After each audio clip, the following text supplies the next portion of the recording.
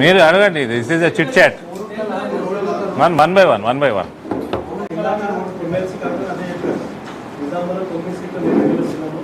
ఆమెకి ఇగో అడ్రస్ లేని ఆమె,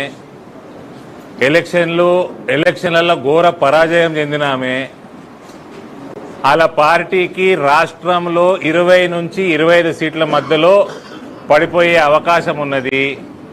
మళ్ళా జీవితంలో ఎన్నడూ కూడా మళ్ళా వాపస్ పవర్లో వచ్చే లక్షణాలు కనబడతలేవు.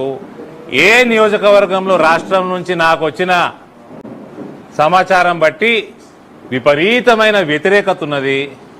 ఆమె స్వంత ఎలక్షన్ గెలవలేని ఆమె పనికిమాల ముచ్చట్లు చెప్పడం బంద్ చేసి ఆమె పెద్ద స్కెచ్ చేసింది. నిజామాబాద్లో పెద్ద స్కెచ్ చేసి ఏదో ఆకుల లలిత గారిని ఇటు పంపించాలి, ఎంతసేపు హిందువులని విభజించుకుంటా కులాల వారీగా.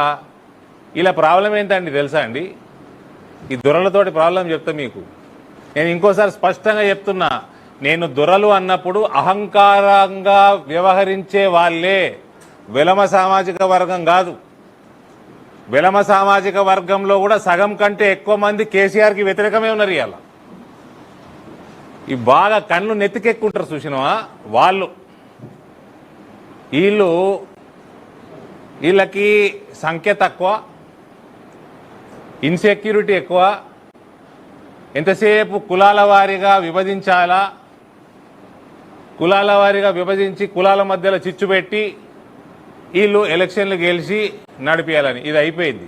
ఇది 2023వ సంవత్సరము.